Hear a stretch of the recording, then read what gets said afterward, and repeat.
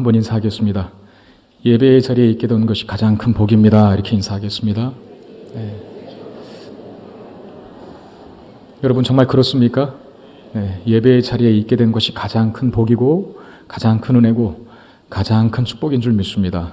제가 오늘 5시 반쯤에 그 집을 나섰는데 그 시간대 주일 같은 경우에는 보통 그 아파트 단지에 별로 아무도 안 계시거든요. 경비원들이나 우리 경비로 수고하시는 경비 아저씨분들이나 조금 보이시는데 오늘은 그 문을 나서는 순간에 그 빨간 잠바를 입으시고 하얀 그 딱 달라붙는 바지를 입으신 한 70대 넘어 보이신 그 노모님께서 종종 걸어가고 계신 거예요. 그래서 뒤에서 이렇게 보면서 이 아침 시간에 어딜 저렇게 가시나 노모님께서 나이 드신 어르신께서 그런 생각을 했는데 마침 이렇게 맞은편에서 오시는 그 할아버님, 노부님이 인사를 하시는 겁니다. 아유, 이 이른 시간에 어딜 가세요? 그랬더니 어디 간다 그럴게요. 맞춰보세요. 네, 놀러 가신답니다. 네. 단양에 뭐 해요 지금? 단양으로 놀러 가신다고 아주 쩌렁쩌렁한 목소리로 그렇게 말씀하시는 거예요. 여러분 이 자리에 오고 싶어도 마음이 없으면 못 오는 겁니다. 네. 그리고 이제 쭉 오다가 저희 집에서 이제 우리 교회를 오려면 그 대로를 건너야 되는데 저는 눈이 안 좋으니까 또 어둑어둑하고 앞에 이제 누구 한 분이 또 보행자 신호를 기다리고 계신 거예요. 반대편에서 우리 교회 쪽에서. 그게 이제 파란 신호등이 떨어져서 길을 건너고 이제 둘이 마주서 지나쳤어요. 근데 저는 이제 그분을 모르는데 그분이 저를 보더니 인사를 하시는 겁니다. 그래서 저도 이제 얼떨결에 인사를 하고 이제 악수를 했죠. 근데 다짜고짜 저한테 죄송하대요. 다짜고짜 저한테 죄송하다고 그래서 네 그랬더니 제가 지금 출근하는 중이라고. 그때 알았죠. 우리 교인이신데 직장 때문에 출근을 그 시간에 참 한국 남자들은 불쌍합니다. 그 5시 반에 주일에 출근을 하고 계시더라고요. 젊어 보이신 분이었는데. 그래 그 보행자 그 신호 그 안에 있으니까 뭐 길게 얘기도 못 나누겠고 그 신호 떨어지니까 말입니다. 그래서 알겠습니다. 잘 다녀오십시오. 그러고 이제 지나쳤는데 환경이 안 되고 여건이 안 돼서 못 오시는 분도 계세요. 여러분 이 예배의 자리에 있게 된 여러분들이요 가장 큰 축복 받으신 걸 믿으시길 바랍니다. 이 자리를 귀하게 여기실 수 있어야 돼요. 정말 아무나 올 수 없는 자리, 아무나 있을 수 없는 그런 자리라는 겁니다. 특별한 은총과 은혜가 우리 가운데 부어졌기 때문에 있을 수 있게 된 자리라는 것이죠.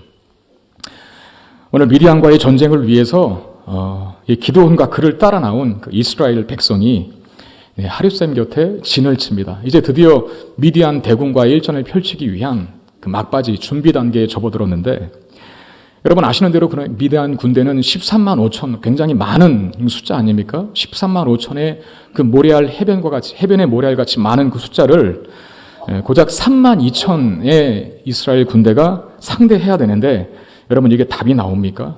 도대체 어떤 전술을 써서 어떤 전략을 써서 그 3만 2천으로 이 숫자로 미디안의 13만 5천의 대군을 이길 수 있을까요?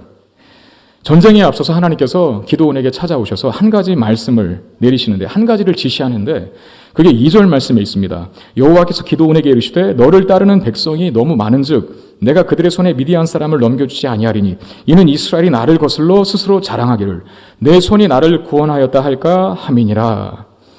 자, 하나님은 기드온의 군대가 너무 많다 합니다. 숫자가 많다. 미디안 대군의 숫자가 많다는 게 아니라 지금 기드온을 따라 그 미디안 군대와 전쟁을 펼치게 될 이스라엘의 숫자가 너무 많다는 거예요. 여러분 3만 2천이 그 3만 2천이라고 하는 숫자를 두고 봤을 때는 많죠. 그런데 13만 5천의 대군과 싸워야 할 병력치고는 너무나 약소한 것 아닙니까? 너무나 적지 않습니까? 산수가 되시는지 모르겠는데 4대1이래요. 4대1. 그러니까 4명을 이겨야 이길 수 있는 전쟁이라는 것이죠. 그런데 너무나 황당하지 않아요? 너 숫자가 많다. 줄여라. 이렇게 말씀하시는 겁니다. 손자병법에 보면 이런 말이 있대요. 아군이 적군의 병력의 10배일 때에는 포위를 하고 5배일 때에는 공격을 하고 비슷할 때에는 싸울만 하고 좀 적을 때에는 도망해도 되고 아주 적을 때에는 피해도 된다. 이게 손자병법의 모공편에 나와 있는 그 병법 중에 하나입니다. 간단합니다. 적으면 상대하지 마라.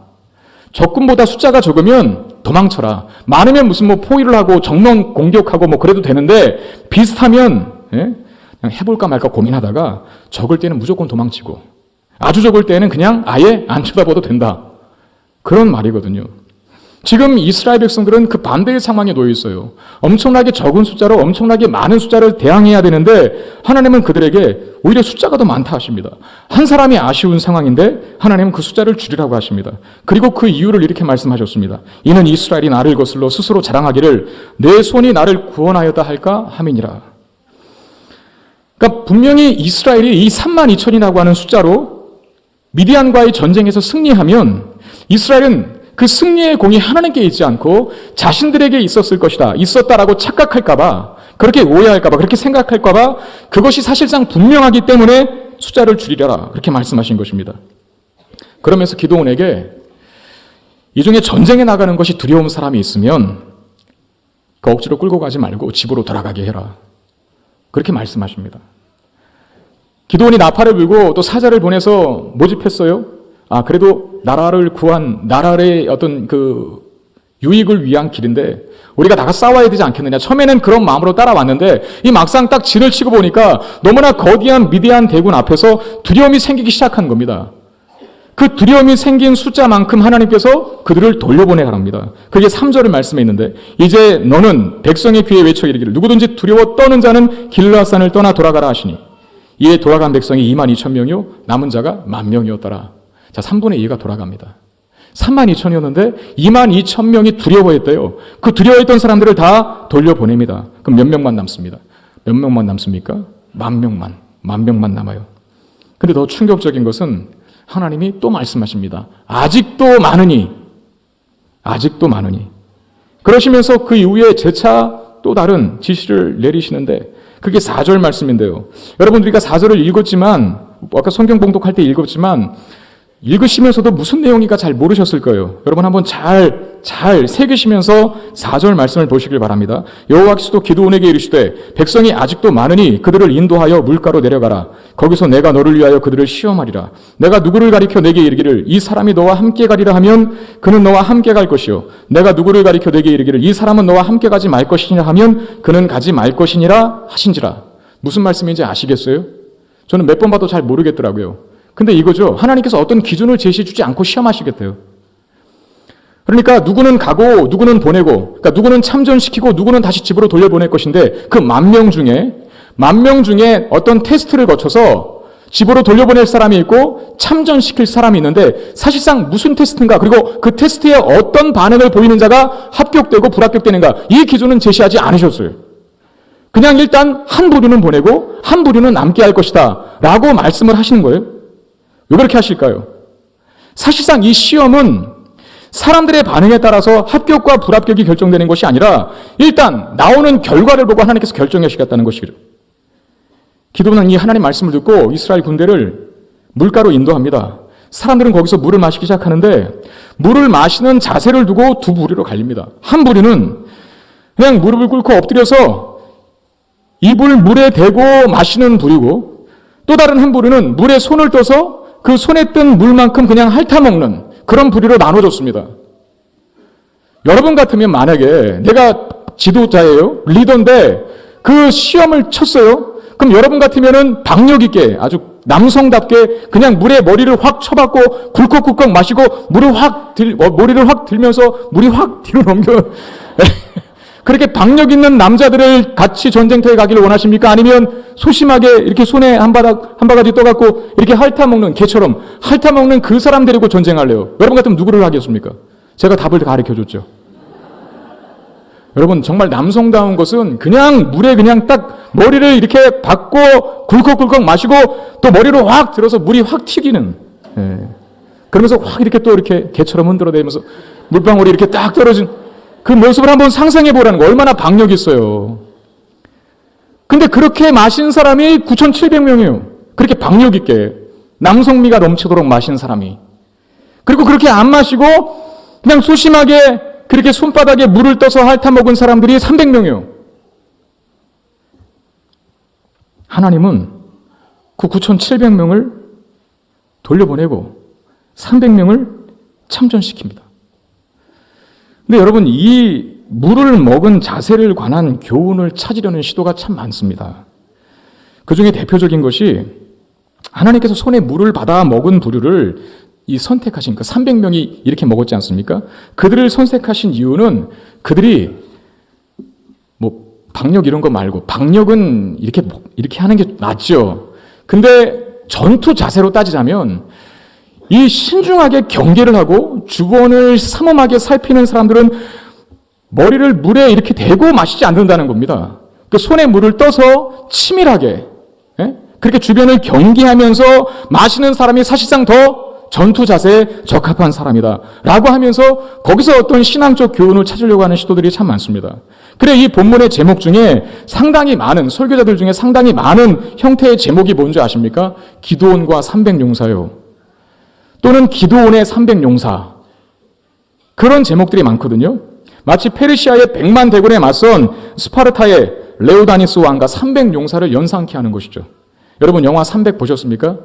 얼마 전에 그 2 제작돼서 했는데 사실 그 1이 더 재미있더라고요. 제가 전에 섬겼던 청년들이 그 같이 한번 가자 그래서 봤는데 물론 보고 후회는 했지만 거기에 그 스파르타 대군에 맞서 싸우는 그 300명의 스파르타 용사들은 그야말로 정예병이에요. 그 영화에 보면은 그 300 레오다니스라고 하는 그 왕과 그 따르는 군사들이 하나같이 갑옷을 안 입고 있어요. 그냥 이렇게 그 뭡니까? 슈퍼맨처럼 이렇게 걸치는 거예요. 망토만 걸치고 있고 팬티만 입고 있어요. 그런데 그 갑옷을 입은 것 같아요. 왠지 아십니까? 어디서 그런 사람만 구했는지 근육질의 남성들만 그냥 이렇게 있는 거예요. 그러니까 갑옷을 꼭 안 입었는데도 입은 것 같아요. 그 사람들은 뭡니까? 그 영화 감독이 뭘 강조하려고 하는 거예요? 정말 거르고 걸른, 엄선되고 또 엄선된 300용사라. 근데 우리가 이 기드온의 300 남은 이 군대를 보면서 우리 그렇게 생각할 수 있다는 겁니다. 거르고 걸러서 선발된 정예 용사들이라 보는 것이죠. 자세가 됐고 절제력이 있고 치밀하게 있고 주변을 삼엄하게 경계하는 그 경계태세를 갖추고 있다. 그래서 그들이 하나님께서 선택된 정예 용사들일 것이다 라고 그렇게 이해를 하는 경우들이 있습니다. 여러분, 왜 하나님께서 물가에서 시험을 하시겠다 했을 때 어떤 기준을 미리 제시하지 않으신 이유는 뭘까요? 사실 그 기준을 먼저 제시하고 그 반응에 따라서 내가 선택하겠다 하시지 않았거든요. 그냥 일단 물가로 데리고 가라. 내가 한 부류는 보낼 것이고 한 부류는 참전시킬 것이다. 어떤 기준을 먼저 제시하지 않으세요. 사람의 반응을 먼저 보겠다고 말씀하시지 않습니다. 일단 데리고 가라. 그러면 내가 한 부류는 보내고 한 부류는 남게 할 것이다. 무슨 뜻입니까? 결국 더 적게 남는 부류를 선택하시겠다는 의도 아니시겠습니까? 그러니까 만약에 하나님께서 300명을 선택하신 이유는 단 하나입니다. 왜? 숫자가 적기 때문이 그냥. 그들이 무슨 자세가 됐고 전투 자세에 합당한 그런 군인들이라 최정예 용사처럼 그들을 선택한 게 아니라 그냥 그쪽이 적기 때문에 선택한 거예요. 만약에 반대의 경우였다면, 만약에 정말 박력 있게 남성처럼 그냥 물에다가 머리를 이렇게 딱 들이밀고 마시는 사람이 300명이고 손에 물을 담아서 마신 사람이 9,700명이었다면 박력 있게 마신 사람 선택했을 거예요. 왜? 적기 때문에 그쪽이.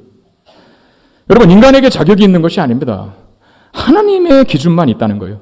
하나님의 기준이 뭐냐면 4절에 있는 말씀처럼 오늘 본문의 제목이에요. 저는 그래서 기드온과 300용사라고 안 정했습니다. 뭐라고 제목을 정했어요?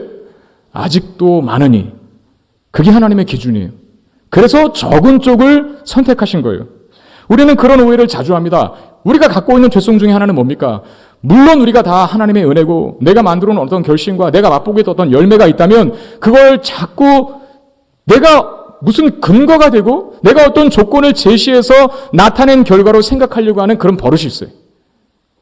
그게 우리의 습관이죠. 제가 제자훈련을 지금 진행하고 있습니다. 제자훈련은 많이 할 수가 없습니다. 그래서 12명만 이렇게 함께 제자훈련을 하고 있는데 그게 그렇게 할 수밖에 없어요. 너무 많으면 그 강의가 아니기 때문에 서로 이제 삶을 나누고 또 기도도 하고 그러면서 이제 인격적 관계를 통해서 서로 이제 성숙하고 성화되는 그런 과정이 제자훈련이거든요. 예수님께서도 딱 12명만 선택해서 제자로 삼으셨지 않습니까? 그런 원리에 기인해서 12명 이상 제자훈련을 할 수가 없어요. 그게 참 성경적인 것 같아요. 그리고 첫날 지금 한 5주인가 6주 지났는데 첫 주에 처음부터 공부를 막 하고 이렇게 저렇게 막 배울 수는 없으니까 처음에는 이제 자기소개를 하고, 그리고 이제 앞으로 임할 각오와 이제 자세에 대해서 이야기를 하시지 않습니까? 그 이제 한 사람 한 사람들이 다 얘기를 하는데, 많은 분들이 다 이렇게 얘기를 하셔요. 나보다 더 훌륭한 분들이 분명히 많이 지원하셨을 텐데, 감히 내가 이 자리에 있게 된 것이 영광이라. 자격 없는 내가 그 많은 사람들 중에 참 선발돼서 감사하다. 근데 제가 말씀드렸어요. 선발된 게 아니라 그냥 선착순으로 되신 것이라고. 근데 그분들은 어떤 오해를 하고 있냐면, 자기가 엄청나게 많은 사람이 지원했을 텐데 우리 부목사님들이 또 고르고 골라서, 또 담임 목사님의 어떤 영역 있는 기도를 통해서 이렇게 딱 선택된, 엄선된 12명이라 이렇게 생각하고 있는 것이에요. 그래서 제가 그걸 깨버렸죠. 아니라고. 여러분들이 선발된 게 아니라 그냥 먼저 신청하셨기 때문에 그냥 선착순으로 되신 분이라고. 그랬더니 표정이 좀 실망하는 기색이 조금 역력하셨어요. 그러니까 우리가 그래요. 자꾸 내 안에 뭔가를 어떤 기준을, 근거를 사람에게서 어떤 원인을 찾으려고 합니다. 여러분, 하나님이 300명만 남기신 것은 그들이 정의 용사라서가 아닙니다. 미디안과의 전쟁 승리를 자신들의 공이라고 생각하지 못하게 하시기 위해서 무조건 적은 쪽을 선택하신 거예요. 여러분 한번 생각해 보시길 바랍니다. 300명으로 13만 5천 명을 이길 수 있나요? 계산이 나오십니까? 아까 3만 2천 명 있었을 때에는 그래도 이게 맞는지 모르겠지만 4대1 정도 됐대요. 여러분 4대1로, 혹시 이 중에 4대1로, 이 남성분 중에 4대1로 싸워본 적 있으세요? 한번 손 들어보세요, 그분. 4대1로 싸워서, 물론 맞은 거 말고 이긴 거. 4대1로 싸워서 다 물리친 분 있나요? 아마 2대1도 힘들걸요? 제가 고등학교 때 그 반장이라고 하는 친구가 있어요. 그 교회 다니는 친구인데 정말 얼굴도 잘생겼고, 근데 공부는 좀 못했는데 항상 그 친구를 반장을 시켰어요. 왜냐하면 그 친구가 정의감에 굉장히 불탄 친구였거든요. 그래서 약한 친구들을 도울 줄 알고 하는 친구예요. 근데 고등학교 때 보면은 또 이렇게 약한 친구도 있고 정의감에 불타는 친구도 있는가 하면은 또 껄렁껄렁한 친구들도 있지 않습니까? 그 껄렁껄렁한 친구 하나가 그 약한 친구를 막 이렇게 괴롭히는 거예요. 그랬더니 그 반장, 정의감에 불타는 그 친구가 딱 나타나서 그러지 말라고. 그랬더니 막 들으채도 안 하고 막 계속 괴롭히는 거예요. 그랬더니 그 정의감에 불타는 반장이 가더니 주먹을 한 대를 날리고 싸움이 시작된 거예요. 그랬더니 그 껄렁껄렁한 친구들 곁에는 항상 한 사람만 있지 않고 이렇게 또 무리로 다니지 않습니까? 그 친구들이 마치 하이에나처럼 그렇게 무리로 다니니까 자기 막고 있으니까 그 정의감에 불타는 반장을 또 다른 친구가 덤벼서 2대1 싸움이 되어버린 거예요. 저는 이길 줄 알았는데 지더라고요, 그 친구가. 정의감에 불타는 그 반장이 이 2명을 이제 못 이겨요. 혼자는 감당이 되는데 1대1은 감당이 되는데 2대1은 감당이 안 되는 거예요. 그 여러분 저도 한 정의감 하지 않습니까? 그래 제가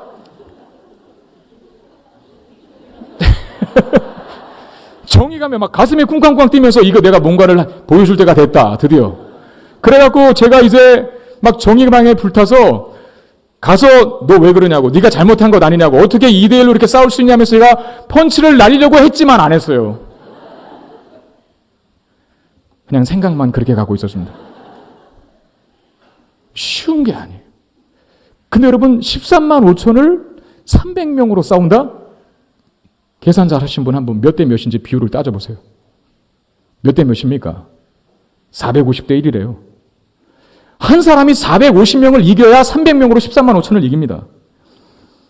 99%가 줄여진 거예요. 1%만 남기신 겁니다. 여러분 여기서 인간 편에서 우리가 어떻게 했으니까 승리했다라고 하는 그 답을 찾을 수 있겠습니까? 그러므로 고작 300명으로 14만 5천 명의 미디안 대군을 물리쳤다면 그건 부인할래야 부인할 수 없는 하나님의 전적인 은혜라는 것입니다. 그걸 고백할 수밖에 없는 거예요. 거기에 인간의 공로가 조금이라도 들어갈 수 있겠습니까? 못 들어간다는 것이죠. 근데 사실 이것이 사사기 전반에 나타나는 하나님의 구원 방법입니다. 여러분 사사기에는 12명의 사사들이 등장합니다. 우리가 보고 있는 이 기드온은 5번째 사사거든요. 등장하는. 이제 이후에 계속 사사들을 보게 될 텐데 우리가 이전에 본 사사 한번 기억해 보실래요? 첫 번째 온니엘이 등장했었고, 두 번째 에웃이 등장했었고, 세 번째 삼갈이 등장했었고, 네 번째 드보라가 등장했어요. 이 사람들이 가진 공통점이 뭔지 아세요? 이들도 다 이스라엘 백성들을 적군의 압제로부터 이스라엘 백성들을 구원한 사사가 되었습니다. 그런데 공통점이 뭐냐면 정말 해결할 수 없는 엄청난 큰 문제 앞에 너무나 초라하고 연약한 존재로 서 있는 사사들이었다는 거예요. 그들이 가능성이 있고 할만해서 이스라엘 백성들을 구원한 게 아니었다는 것이죠. 여러분 첫 번째 사사인 온니엘은 물론 그가 가문은 참 좋고 과거에 그 갈렙의 딸 악사를 아내로 맞았을 때 드빌을 공략하여서 그 악사를 맞게 되는 그런 공을 세운 그런 장수 아니었습니까? 그런데 사사기에 와서 온니엘은 조금 달라졌어요. 왜냐하면 메소포타미아 왕 구산 리사다임의 8년 동안의 압제 속에서 온니엘은 코빼기도 비치지 않았어요. 8년 동안 고통당하고, 자기 민족이 8년 동안 고통당하고 있는데 무슨 당시 유학 간 것도 아니고 이민 간 것도 아닐 텐데 분명히 그 자리에 있었을 거거든요. 뭐 하고 있었냐 말이죠. 여호와의 영이 그에게 임하시자 드디어 이스라엘 백성들을 구원한 거지, 처음부터 그가 용감하게 나타나지 않았다는 것입니다. 연약한 자라는 뜻이죠. 에훗은 어떤 사람이었습니까? 오른손에 장애를 가진 자라고 말합니다. 오른손에 장애를 가졌다는 것은 당시에 무기를 다루지 못하는 자라는 뜻이에요.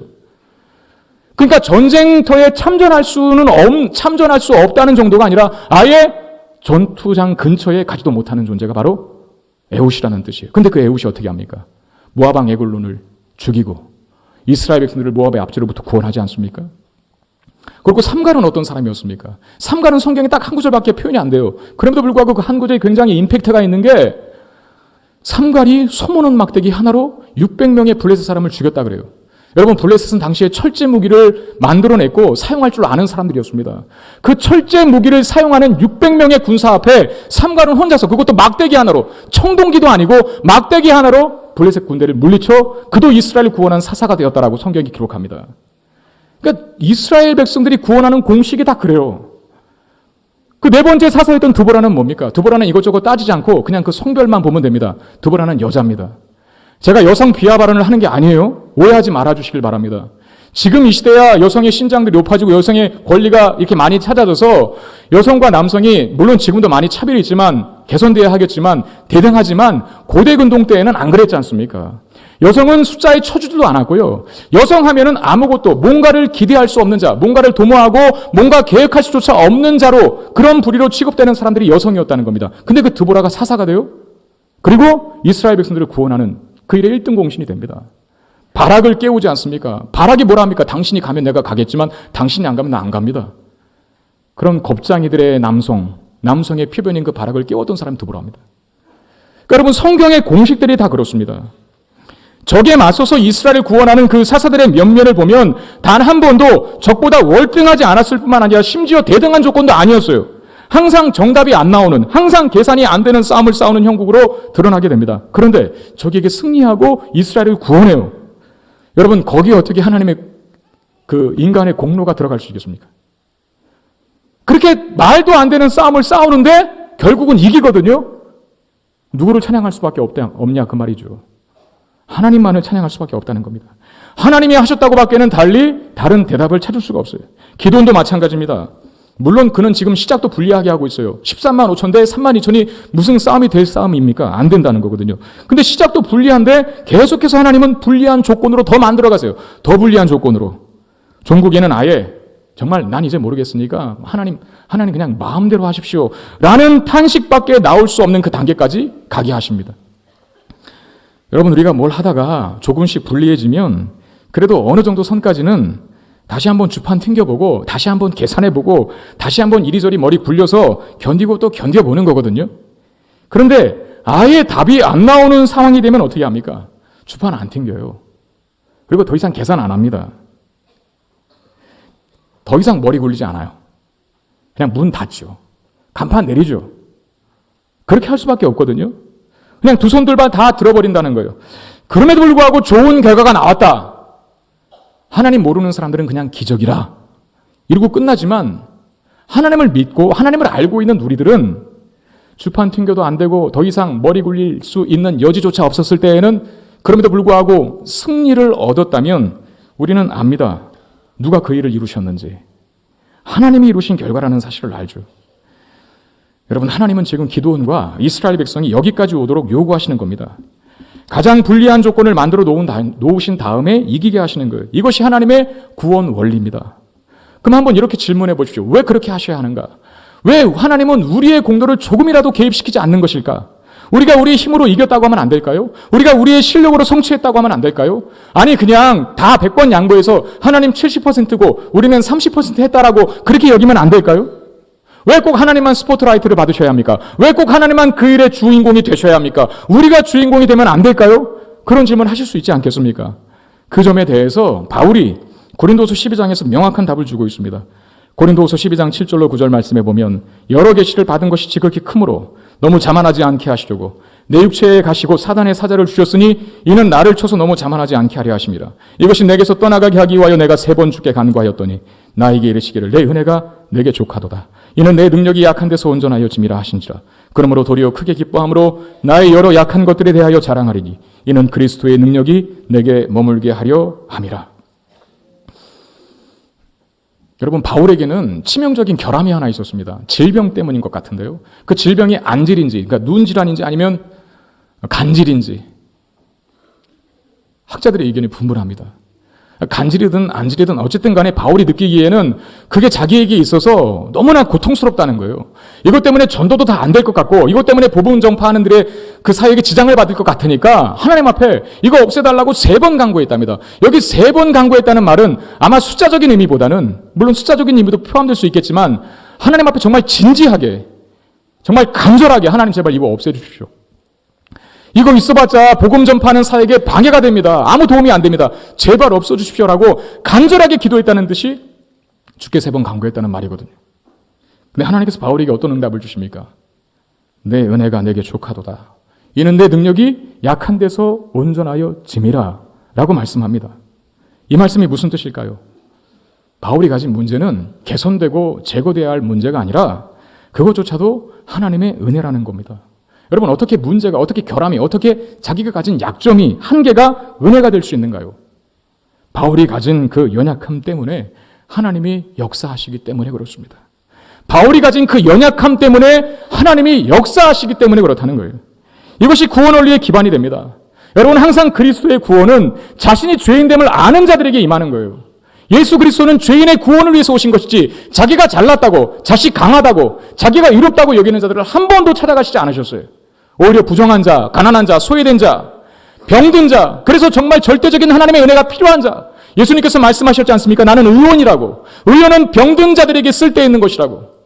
나는 죄인을 위하여 이 땅에 왔노라. 그러니까 죄인의 구원은 예수 그리스도의 은혜의 필요성을 절감할 수 있는 자여야 돼요.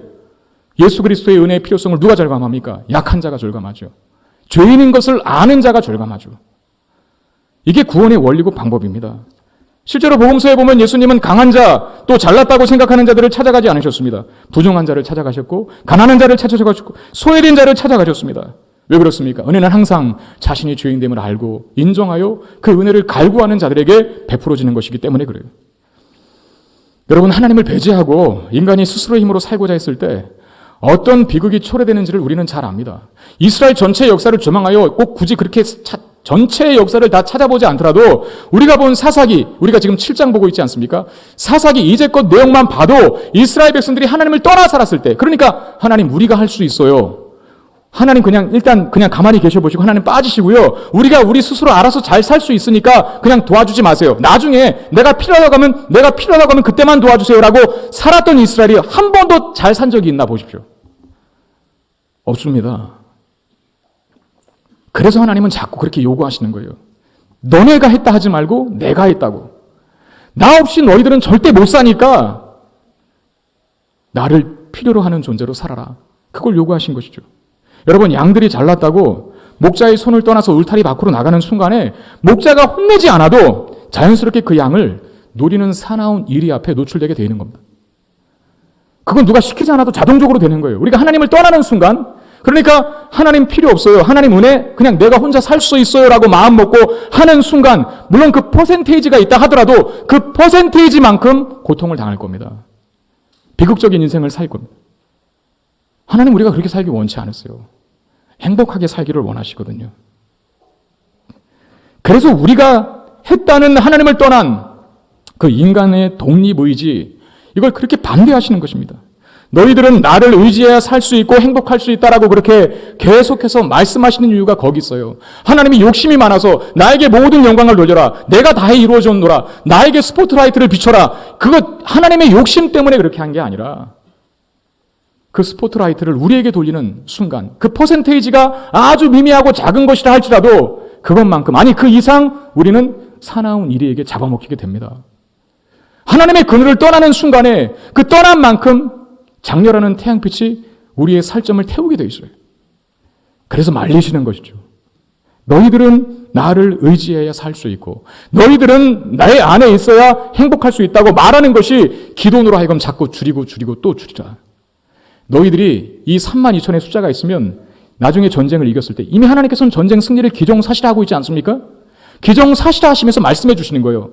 이게 분명히 승리할 텐데 이 32,000 그대로 갖고 있다가 너희들이 분명히 승리의 공을 니들에게 돌릴 것이라.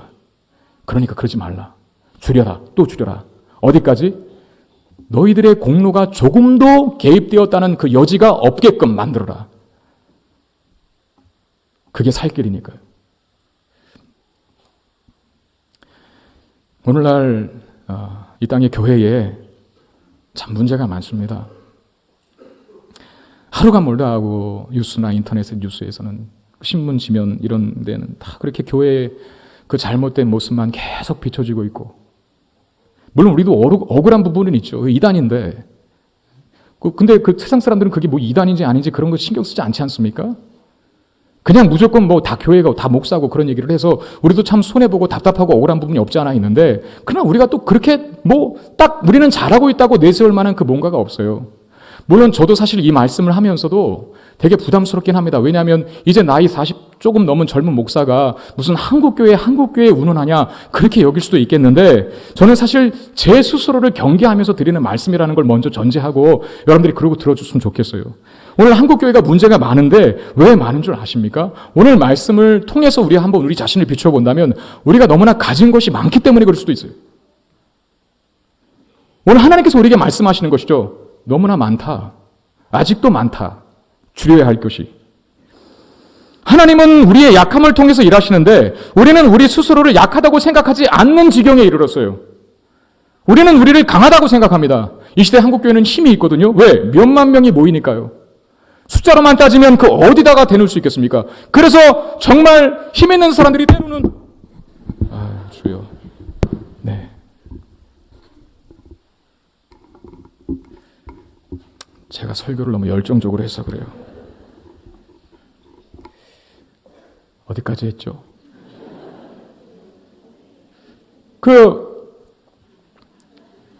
숫자를, 여러분 저는 정말 숫자를 자랑하지 않게 되기를 원합니다.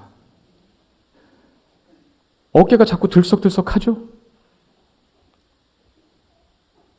숫자를 자랑하고 재정을 자랑해요.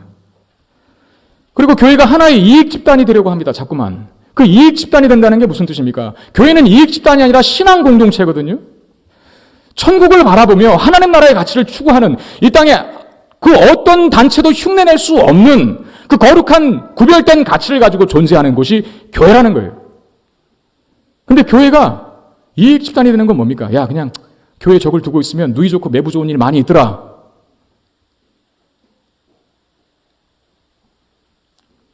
교회가 자꾸 세상의 권세를 가져서 정치적인 힘을 얻으려고 합니다. 그러니 우리가 강한데 이미 가진 것이 많은데 뭐가 부족해서 뭐가 아쉬워서 하나님의 은혜와 능력을 구하게 해요. 그렇지 않다는 것이죠. 근데 그것이 우리를 어쩌면 병들게 하고 있는 것인지도 모르겠어요. 너무나 가진 것이 많아서 정말 본질적인 우리가 참되게 신앙해야 할, 우리가 정말 믿고 섬기고 의지해야 할 그 하나님을 우리 손에서 점점 내려놓고 있는 것은 아닌가. 그것 때문에 한국교회가 병들고 있지는 않은가. 우리 목회자들이 병들고 있지는 않은가 하는 생각을 하게 됩니다. 여러분 사도행전 3장에 보면 성전 미문에 앉아있는 안진뱅이가 일어나는 사건이 있습니다. 40년 동안을 한 번도, 선천적 안진뱅이요, 한 번도 일어나 본지 못하고 누구의 손에 의해서 그 성전 미문, 그 미문은 아름다운 문이라는 뜻이거든요. 근데 그 40년 동안 늘 성전 미문에 하루도 빠짐없이 앉아있음도 불구하고 성전 안에서 들어가 하나님을 예배한 적은 한 번도 없는 너무나 비참한 운명이죠. 그 앞에 있는데 그 안에 들어가 보지도 못하는 그런 세월을 40년 동안 산 안진뱅이. 근데 그가 누구를 만납니까? 구시기도하러 들어가는 초대교회의 대표였던 베드로와 요한을 봅니다. 그리고 구걸을 했겠죠? 베드로가 뭐라 합니까? 베드로가 이르되 은과 금은 내게 없거니와. 여러분 우리는 이 말씀을 새겨들어야 돼요. 은과 금은 내게 없다 그랬어요. 근데 우리는 지금 은과 금을 너무나 많이 갖고 있는 건 아닐까요? 그러면서 베드로가 한마디 더 합니다. 내게 있는 이것을 내게 준다. 내게 있는 이것을 내게 준다. 그게 뭡니까? 나사렛 예수 그리스도의 이름이다. 그리고 그 나사렛 예수 그리스도의 이름을 줬더니 그 40평생을 한 번도 일어나 보지 못한 그 자가 일어나 걷게 되고 드디어 어딜 들어갑니까? 성전 안으로 들어갑니다. 그리고 그 안에서 하나님을 찬양합니다. 하나님께 예배합니다. 여러분, 원래 교회는 그래야 되는 거예요. 교회는 그런 능력 있는 역사가 일어나는 거예요. 안전뱅이가 일어나 걷게 되는 기적을 경험하는 일들이, 교회가 세상을 향하여 할 수 있는 일들이 그런 일 아니겠습니까? 그런데 지금 우리에게는 그런 일들이 희귀해져 있습니다. 왜 그럴까요? 초대교회와 반대가 되어 있기 때문 아닐까요? 초대교회는 은과 금은 없었대요. 뭐만 있었다 합니까? 나사렛 예수 그리스도 이름만 있었대요. 근데 우리는 그런 역사가 잘 안 일어나요. 그럼 그런 역사가 잘 안 일어나는 이유를 한번 근원적으로 따져 들어가 보자는 것이죠. 우리에게는 지금 예수 그리스도 이름의 능력이 있나요? 우리 은과 금은 많은데 숫자를 자랑하고 풍성한 재정을 자랑하고 시스템을 자랑하고 좋고 화려한 건물들은 있는데 정작 교회가 꼭 가지고 있어야 할 예수 그리스도의 능력은 없어진 건 아닙니까? 이것이 어쩌면 우리 시대의 교회의 문제일 수 있죠. 오늘날 목회자들의 설교가 상당히 풍성해졌습니다. 얼마나 이 시대의 목회자들은 참 행복한 것 같아요. 많은 자료들이 있거든요. 설교를 준비하기까지. 곳곳에 기독교 서적들만 전문적으로 판매하는 서점들이 많이 있고요. 여러분, 제가 사사기 설교를 준비할 때도 기본적으로 사사기 강해만 다룬 책만 제가 10권 이상은 봅니다. 아마 준비한다면 더 이상, 그 이상으로 더 많이 준비할 수도 있을 거예요. 그뿐만 아닙니다. 이 한 편의 설교를 위해서 저는요, 성경 연구 소프트웨어 프로그램을 2개나 이미 돌리고 설교를 준비해요. 책을 10권 이상 쌓아놓고 컴퓨터에는 성경 프로그램, 그 소프트웨어 몇십만 원짜리 하는 그거 사서 그 성경 관련된 연구 프로그램을 돌리면서 준비합니다. 그리고 인터넷상에서도 자료가 어마어마하죠. 또 요새는 교회마다 홈페이지를 갖고 있고 그 홈페이지에 매주 설교를 업로드합니다. 올려놓는다는 것이죠. 꼭 그 교회에 가지 않아도 어느 때나 어떤 장소에서도 그 설교를 들을 수 있어요. 요새는 또 스마트폰이 있고 어떤 와이파이가 다 거의가 되기 때문에 어디에 있든지 어떤 장소에 있든지 자기가 듣고 원하고 싶은 교회에 들어가서 원하는 설교대를 통해서 설교 말씀을 듣게 됩니다. 저도 마찬가지예요. 다른 목사님들이 설교를 참고하기도 합니다. 들어봅니다. 아, 이분은 어떻게 이 본문을 가지고 설교했나 들어봅니다. 참 엄청나고 방대한 자료를 사용하죠. 이 한 편의 설교를 준비하기 위해서. 여러분, 그에 비해서 우리 한 세대 전 우리 선배들은 자료가 많지 않았습니다. 한 세대 전이라 그랬어요, 제가. 여러분, 우리 한국교회 지금 기독교 역사가 한 130년 정도 넘었다고 이렇게 생각을 하거든요. 130년 정도 되는데 그 1세대 그 초창기 한국교회 목회자들이 무슨 자료가 있고 무슨 참고할 내용이 있었겠어요. 설교 준비할 때. 기껏해야 선교사님들이 남겨준 그런 자료가 전부였을 텐데 그 빈약한 자료를 가지고 설교했던 그 한 세대 전에 우리 조상 목회자들의 설교와 지금 저를 포함한 이 세대 목회자들의 설교, 여러분 누가 더 탁월한 설교를 해야 합니까? 누가 더 영향력 있는 설교를 해야 합니까? 지금 우리 시대의 설교자들이 더 영향력 있는 설교를 해야 되죠. 왜? 자료가 많으니까요. 깊이 있는 내용, 방대한 내용을 다룰 수 있으니까요. 그런데 결과는 꼭 그렇지만은 않습니다. 아니, 훨씬 더 우리가 못합니다. 왜? 내용은 방대해지고 풍성해졌는지 모르지만 진한 영적인 감동과 감화를 주는 것은 훨씬 더 덜해진 것이 맞아요. 영적 감동과 감화가 덜하니까 교회가 안 변하는 거죠. 초창기 때는요, 여러분, 우리 한국교회 초창기 때만 해도 내가 집사라, 나 교회 다닌다 그러면 그 사람은 이미 그냥 신뢰의 대상이었어요. 교회 안 다니는 사람도 인정해줬어요. 그 사람의 도덕률을, 기본적인. 근데 지금은 교회 다닌다고 하면 더 안 믿어요. 집사라고만 해도 인정해줬어요. 하물며 장로고 권사님, 거의 하나님 대우. 목사님은 뭐 하늘 꼭대기에 있는 사람이었는데, 세상 사람들에게도. 지금은 그럽니까? 왜 그런 결과가 주어지냐 말이죠. 뭔가 설교는 방대한 자료로 풍성하게 준비는 하지만 거기에 영적 감동과 감화가 전달되는 힘이 떨어지는 거예요. 그럼 어떻게 우리의 선배들은, 초창기 1세대 목회자들은 어떻게 그렇게 진한 영적인 감동과 감화를 줄 수 있는 메시지를 전했을까요? 그 메시지 안에 성령의 능력이 깃들어 있었기 때문입니다. 그러니까 뭐 볼 것도 없고 참고할 것도 없으니까 들이다 기도만 하시는 거예요. 그리고 그 말씀만, 성경 하나만 계속 묵상하고 여러 말 할 것도 없고 또 할 말도 없고 그 말씀은 그대로 원색적인 복음을 전하는 거죠. 그냥 순수한.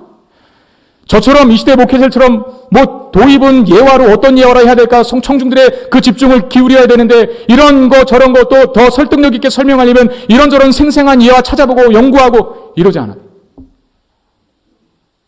그냥 그 말씀 그리고 그 말씀에 너무나 자기의 부족함을 아니까 골방에 앉아 기도하는 것밖에 없었던 거예요. 근데 거기에 능력이 나타나더라고요. 근데 이 시대의 설교자들은 저를 포함하여서 설교를 준비하는 시간은 길은지 모릅니다. 8시간, 9시간, 10시간 준비하는지 모르겠어요. 그리고 엄청나게 많은 자료를 참고하는 것. 그게 나쁘다고 말하는 건 아닙니다. 그런데 그것만 의지하다 보니까 정작 성령의 능력을 의지하지 않아요. 정말 한 편의 설교자를 위해서 1시간 이상 설교 준비를 하고 기도 준비를 하는 목회자가 과연 몇 명 될까요? 저도 그렇게 못하거든요. 설교 준비하는 시간은 내가 어디 가서 또 당당하게 얘기할 수 있겠어요. 저는 8시간 합니다. 저는 9시간 합니다. 저는 10시간 합니다. 그러면 그 한 편의 설교를 해 전지호 목사에 당신은 얼마나 기도 준비하느냐? 1시간이라도 하느냐? 그 질문에는 답을 못 하겠어요.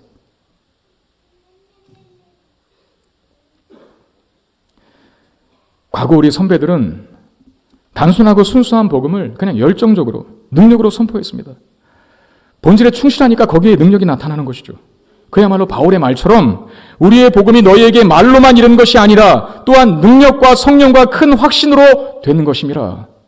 바울이 데살로니가전서 1장 5절에서 데살로니가 교회들에게 선포하는 말씀 아닙니까? 말로만 너희들에게 이른 것이 아니라. 근데 우리는 너무나 말로만 전달되는 것 같아요. 그냥 귀만 즐겁게 하는 것 같아요. 머리만 커지게 만드는 것 같아요. 그게 걱정입니다. 복음은, 설교는, 하나님의 말씀은 능력과 성령과 큰 확신으로 되는 것이라. 거기에 능력이 깃들어야 된다는 것이죠. 성령의 능력이. 그래야 사람들로 하여금 깊이 있는 감동과 확신을 갖게 만들 수 있다는 것이죠. 과거에는 이런 능력이 많이 나타났는데 지금은 잘 안 나타납니다. 과거에 그런 능력이 많이 나타났던 이유는 뭡니까? 가진 것이 없었기 때문입니다. 순수했죠. 근데 이제는 너무나 많은 것을 가지고 있습니다. 그랬더니 정작 본질은 잃어버렸어요. 하나님을, 성령님을 더 이상 의지하지 않게 되었습니다. 이것이 더 이상 능력이 나타나지 않는 우리들의 모습, 이 시대 목회자와 우리 성도들의 모습의 실체 아니겠습니까? 그런 생각을 해봅니다. 이럴 바에야 차라리 약해져서 완전히 무능해져서 전적으로 하나님만을 신뢰한 편이 낫겠다. 여러분, 하나님의 기적은, 하나님의 그 놀라운 은혜는 우리가 너무나 약하고 부족하여서 하나님만 의지하고 바라볼 때 우리에게 부어지는 것입니다. 그럴 바에야 우리도 줄이는 게 낫지 않을까요? 내가 의지하고 내가 바라본 만큼 하나님을 신뢰하지 못하도록 만들었던 그 무언가가 있다면 우리 그거 빨리 제거해야 되지 않을까요? 지난 금요기도회 전에, 그러니까 엊그제였죠. 제가 목양실에서 말씀을 준비하고 기도회를 준비하면서 배가 많이 고프더라고요. 밥을 먹지 않으면 기도회 인도를 못하겠다 싶어서 저희 집사람에게 연락을 해서 좀 밥을 좀 가지고 오라고, 도시락을 싸오라고 시켰습니다. 그러면서 밥을 먹으면서 이런저런 얘기를 하며 한 주가 너무 빨리 간다고 그렇게 하면서 고단함을 토로했던 기억이 있습니다. 제가 사실 지난주에는 월요일에 보통 목회자들은 월요일날 쉬는데 월요일에도 노예가 있어서 쉬지를 못했어요. 수원까지 왔다 갔다 하는 것도 힘들었고 거기에 앉아있는 것도 참 힘들었고 그래서 월요일날 쉬지 못하고 쭉 계속해서 또 빡빡한 일정을 교회 안에서 보내다 보니까 좀 힘들더라고요. 그리고 신방을 하고 설교를 하고 성경 공부를 가르치는 게 그냥 했다고 되는 것 아니지 않는 거 아시지 않습니까? 내 영적인 상태가 굉장히 중요하고 늘 신앙적인 긴장을 유지하고 있어야 돼요. 그러니까 늘 그런 긴장 상태, 늘 그런 긴장 상태를 유지하고 있다 보니까 내가 이런 생활을 30년을 더 넘게 해야 되나? 아직 은퇴하려면 그 정도의 시간이 남은 것 같은데 그런 생각을 하니까 아찔한 거예요. 여러분 운동회 해보시지 않았습니까? 운동회 때 모든 그 학생들이 다 하는 거 있지 않습니까? 100m 달리기. 1조, 2조 출발, 그 화약 들어간 그 권총 같은 거 땅 울릴 때마다 이제 내 순서가 되면은, 우리 조가 되면은 이거 어떻게 하나 하면서 가슴 막 저리고 좀이었던 그 기억 가지고 계시죠? 여러분 그걸 매일 경험하고 산다면 여러분 어떻게 하실래요? 힘들더라고요. 그래서 제가 푸념 아닌 푸념을 떨었습니다. 그랬더니 저희 집사람이 저에게 그렇게 말해요. 시간이 지나면 나아질 거라고. 어느 정도 적응이 되면 괜찮아질 거라고. 노하우도 생기고 시스템도 갖추어지면 조금 나아질 거라고. 그런 말을 해요.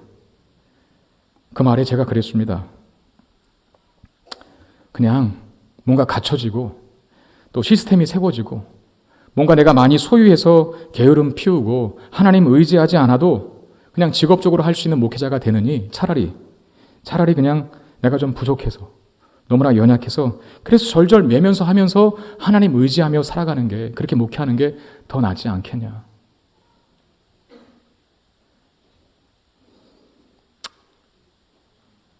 제가 그 말을 해놓고 제 스스로 감동을 해갖고 눈물이 제 안에 글썽글썽하기 시작하는 거예요. 그러면서 제가 깨달았죠. 그래도 내가 우리 집사람보다는 믿음이 좋구나. 내가 영역이 더 있어. 차라리 우리가 뭔가 다 갖춰지고 시스템이 돼 있어서 그냥 그렇게 그냥 살아가는 것보다 뭔가 부족하고 연약하고 모자라서 하나님 의지하면서 사는 게 더 낫지 않겠습니까? 네. 설교 준비도 그런 것 같아요. 저는 목회자니까 목회자 입장에서 제가 적용한 이야기를 해드릴게요. 설교 준비도 어떤 때는 정말 원고가 금요일 날 저녁까지 완벽하게 준비될 때가 있거든요. 금요일 날 원고가 완벽하게 준비됐으니까 토요일 날 좀 널널히 해도 되겠다. 그런 생각을 하고 안도하고 있을 때가 있어요. 그런데 막상 단에 딱 서보고 주일날 아침이 되어서 그 설교를 다시 보면 막 이제는 진짜 발등에 불이 떠지는, 내가 어떻게 이 설교를 가지고 안심했지 싶을 정도로 아니나 다를까 죽을 쓰게 돼 있죠. 그런데 아무리 봐도 또 봐도 이게 뭔가 부족한 것 같고 이 원고가 허술해요. 내가 준비했지만 내가 이거밖에 못하나 싶을 정도로 이거 갖고 어떻게 다 냈을 수 있을까 하면서 그냥 전전긍긍 끙끙끙끙 앓고 있으면 여러분 그게 주님을 의지하는 것 아닙니까? 그럴 때에는 정말 예상치 못한 놀라운 결과가 주어지는 것을 많이 경험해요. 저기 끝에 앉아서도 바로 단에 올라오기 직전에도 그 기도하는 거예요. 하나님, 제가 원고가 부족합니다. 너무 원고가 허술한데 하나님 저에게 원고 힘만 맡기지 마시고 성령께서 역사하셔서 내가 준비한 것 그 이상의 열매를 우리 성도들이 취하고 누릴 수 있도록 해주십시오. 이 새벽에, 이 아침에, 이 아까운 시간에 하나님 전에 나와서 그렇게 은혜를 간구하고 나온 성도들이 그냥 돌려보내지 않기를 원합니다. 하나님, 저는 부족하니까 저의 손에 달린 일이 아닌 걸 제가 아니까 하나님 제발 도와주셔서 우리 성도들 실망하고 돌아가는 일이 없도록 해주십시오. 그러면요 반드시 하나님께서 은혜를 주시더라고요. 그러니까 내가 준비한 것 이상의 열매를 맺게 해주시더라고요. 그러면 저는 그걸 내가 했다고 믿겠습니까? 내 능력이 했다고 믿겠습니까? 그렇지 않아요. 저는 알죠. 제가 한 게 아닌 걸. 여러분, 우리가 가진 것으로 할 수 있는 것은 없습니다. 최초에 32,000을 모집했는데 32,000으로 어떻게 13만 5천을 이길 수 있겠습니까? 하나님 줄이지 마시고요. 32,000 정도는 뭔가 해볼 것 같으니까 그냥 줄이지 마시고 우리가 이거 갖고 나가겠습니다. 하나님 그냥 일단은 도와주시지 않아도 되니까 우리가 한번 13만 5천 대군에 맞서서 내가 가지고 있는 이 자원 32,000으로 한번 싸워보겠습니다 하고 나갔다면 기도를 이겼을까요? 여러분, 못 이겨요. 그런 일들은 없습니다. 우리가 가진 것으로는 아무 역사와 결실을 이룰 수 없어요. 그럼에도 우리의 힘을 자랑하고 하나님을 의지하지 않는다면 아무것도 얻을 것이 없다는 겁니다. 그러나 다 줄이고 또 줄여서 300명이 되었을 때 이스라엘은 미디안을 이기게 됩니다. 여러분, 이 300이라는 숫자는 그래서 제가 볼 때 두 가지 의미가 담겨 있는 것 같아요. 하나는 인간의 능력 제로, 인간의 능력 바닥, 이게 300이라고 하는 숫자에 담겨 있는 거예요. 또 하나, 하나님의 능력 100%. 하나님의 능력 전부가 담겨 있는 것이 또 300이라는 숫자예요. 여러분, 만약에 우리가 열을 갖고 있어요. 근데 여러분들 정말 그 열을 갖고 있어도 정말 늘상 그 열을 갖고 있는 것 의지하지 아니하고 하나님만 바라보고 하나님만 의지한다면 하나님 그 열 줄이라고 말씀하시지 않을 거예요. 근데 10개가 아니라 내가 하나만 갖고 있음에도 불구하고 그 하나를 의지하고 산다면, 그 하나 때문에 하나님을 의지하는 믿음을 우리가 소홀히 하고 산다면 하나님 그 하나마저도 빼앗아 가실 것입니다. 중요한 건 우리가 여기서 뭘 갖고 있든 간에 그것을 의지하지 않고 하나님을 의지하는 거라는 거예요. 하나님이 모든 열매의 주체고 주인 되신다는 사실을 인정하는 겁니다. 세상적인 시각으로 볼 때 300의 자리는 초라하고 두려운 자림이 분명합니다. 왜? 초라하니까요. 또 없으니까, 부족하니까요, 모자르니까. 그러나 믿음의 관점에서 300이라고 하는 이 숫자의 자리는 하나님의 온전한 도우심을 기대하고 의지할 수 있는 자리인 겁니다. 하나님 우리가 그 자리에 있기를 원하시고 또한 우리를 그 자리로 몰아가실 겁니다. 그래서 우리가 의지하고 있는 것이 있다면 자꾸 줄여라, 줄여라. 아직도 많다, 아직도 많다 라고 그렇게 말씀하실 거예요. 그리고 왜 그렇게 하시냐면 우리가 그 300의 자리에 있을 때에만 우리는 하나님의 놀라운 기적과 그 능력과 그 은혜를, 그 보호하심을 체험할 수 있기 때문에 그렇다는 겁니다. 말씀 맺겠습니다. 오늘 본문 1절은 기드온으로 하여금 기드온이라고 하는 이름으로 시작하지 않고 그 별명인 여룻바알이라 하는 기드온이 이렇게 시작합니다. 근데 사실 원어에 보니까 기드온은 없대요. 여룻바알만 있대요. 여룻바알이라고 하는 뜻이 뭡니까? 바알이 공격할 것이다. 바알이 너와 싸울 것이다라는 뜻입니다. 그러나 이 본문에서 여룻바알이란 기드온의 별명, 이건 부정적인 의미가 아닙니다. 바알이 싸울 것이다 라고 하는 말은 바꿔서 말하면 기드온이 바알과 싸운다는 의미거든요. 여러분, 바알은 풍요의 신 아닙니까? 비의 신, 비를 내려서 풍요를 주는 그런 신이에요. 근데 바알이 인간들에게 내가 풍요로움 주겠다, 세상에 풍요로움을 주겠다 약속하면서 내거는 한 가지 조건은 뭐냐면 그러나 하나님은 섬기지 마라. 이게 바알이 주는 풍요의 약속인 겁니다. 거기에 많은 사람들이 다 넘어가죠. 하나님을 버릴 때 바알은 풍요를 준다고 약속합니다. 기드온은, 여룻바알인 기드온은 바로 이 바알이 제시하는 하나님 없는 풍요로움과 싸우겠다는 것이에요. 하나님을 의지하지 않고 그 풍요로움을 의지하는 그 싸움과 싸우겠다는 것이죠. 그것이 오늘 본문에 버리는 작업 속에 기드온을 두시는 이유인 겁니다. 바알을 버려야만, 이 세상적 풍요를 의지하는 우리의 이 마음의 태도를 내려놓아야만 하나님이 그 안에 들어차시고, 그리고 하나님을 얻어야만 우리는 13만 5천의 미디안 대군을 이길 수 있는 기적을 체험하게 되는 것입니다. 여러분, 우리 안에 내가 의지하는 것들이 뭡니까? 다 사라지게 하시고 그 빈자리에 하나님이 채워주시기를 바랍니다. 하나님을 소유한 자는 그 어떤 싸움에서 결코 지지 않을 것이고요. 그리고 누구도 예상할 수 없는 그 승리를 경험하게 될 것입니다. 이 은혜가 우리 모두에게 있게 되기를 주님의 이름으로 축원드립니다. 기도하겠습니다. 하나님 감사합니다. 우리에게 300이라고 하는 숫자는 너무나 초라하고 빈약하며 또 연약하지만 그러나 하나님께서는 그 300이라는 숫자까지 우리가 내려가기를 원하십니다. 그래야 비로소 하나님의 놀라운 일, 그 은혜로 가득한 그 일을 체험할 수 있기 때문입니다. 하나님, 우리가 비록 세상적인 관점에서는 연약해 보이고 낮아 보이고 없어 보이는 그 자리를 할지라도 기꺼이 줄이고 또 줄이고 내려가고 또 내려가게 하셔서 하나님께서 그 빈자리에 가득 채워주심으로 하나님께서만 주실 수 있는 놀라운 은혜와 그리고 기적과 성도들이 누리는 이 복된 유익된 삶을 살아갈 수 있는 우리 모두가 되게 해 주시옵소서. 우리 주 예수 그리스도의 이름으로 간절히 기도드리옵나이다. 아멘.